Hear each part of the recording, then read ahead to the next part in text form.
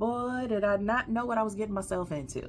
So how come I continue watching it after I realized what was going on? What's good, K-Drama crew? This your girl, KC Michelle, with another edition of What Did I Just Watch? And for today's edition, we're covering The King's Affection, starring Rowoon as Jungji and Park Eun-bin as the Crown Prince-ish. It's about 20 episodes long. It's going to take you about 21 hours to watch. Now let's get into it. So the queen is giving birth to twins, and her father, the maternal grandfather, who's high in the court, is like, no, you can't have twins. This is not good. The people will not serve a king who has twins, and the twins ain't going nowhere politically, so the girl has got to go. So he devises a plan to have her murdered, and anyone and everyone who is involved with the birth of the baby, who is aware that they're twins. Mama says, no, we're not doing this. You're not taking my baby. So she devises a plan with her doctor to make it look like her baby is dead. And she schemes to have the baby pulled out of the palace and raised by other people so that she can at least live. You know, that's a mother's heart. Like, you're not taking my baby. So 12 years later, she returns to the palace as a servant. And while the crown prince is out playing, he happens to notice, wait, that girl looks just like me. Since his favorite teacher was exiled, he was like, hey, how about we do a little body switch so I can go out and see my teacher real quick because, you know, I really miss him. She agrees, and he's out there living his best life as her. And in the midst of all of that, because I don't want to get into too many details about what happened while he was out, but while he was out, there was a little scheme to have him murdered. And unfortunately, it was Ji-woon's dad that had him killed.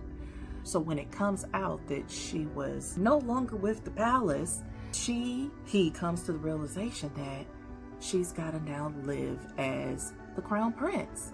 And obviously, she's not having it at first, but once she realized the weight of what has happened, and her mom really tells her, like, I really need you to do this. And then she actually loses her mom, and her mom's dying wish is like, look here, I need you to distance yourself from everybody, get yourself together, you need to live. So she comes to the realization that if she's gonna survive, then she's got to keep her distance from everybody. She can't befriend anybody, and she got to get her life together because she didn't have that 12 years of studying and learning and growing, and especially the physical aspects like learning how to handle a sword and how to handle a bow and arrow. She had to figure all of that out on her own, whereas the crown prince had already had some experience with those things. So the rest of the drama is about people trying to uncover the truth. Is she really a dude? Is she really a woman? There's a cover-up of a mass coup that's trying to take place because of the maternal grandfather. He's trying to remove people in key positions who are not friendly to him. He's forcing people to get married for strategic purposes, for political purposes. There's an attempt to uncover schemes that took place years ago.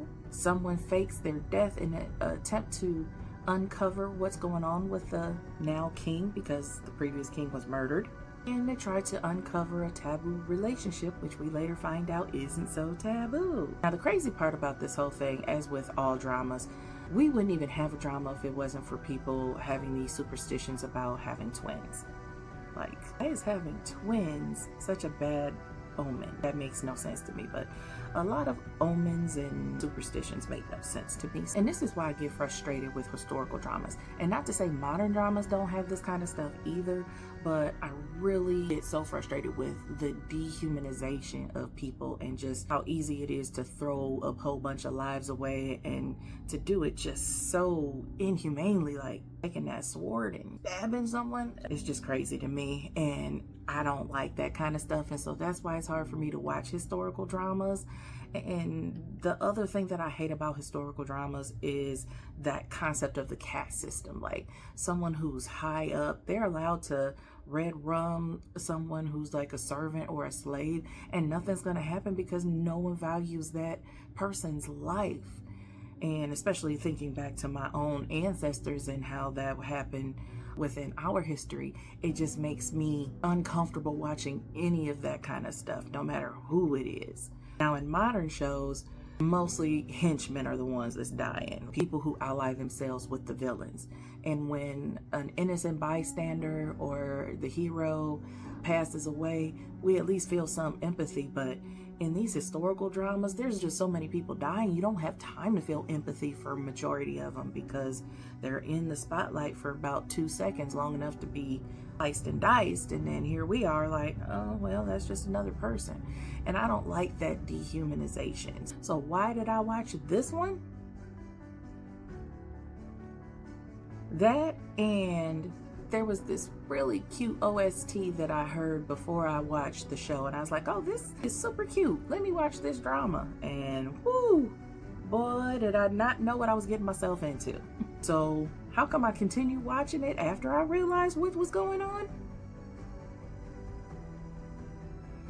So you prefer to avoid bloodshed, poison, swords, bows and arrows flying everywhere, then this is not the drama for you. But if you like historical dramas, if you don't mind all that gore and impaling and eviscerating humans, then this one's a pretty good one. Like the twists and the turns that this plot took us on, it was really good. So if you're into that kind of stuff and you don't mind the historical aspects of these shows, then The King's Affection is for you. And as always, if you like this kind of content, want to see more of it, you know what you gotta do.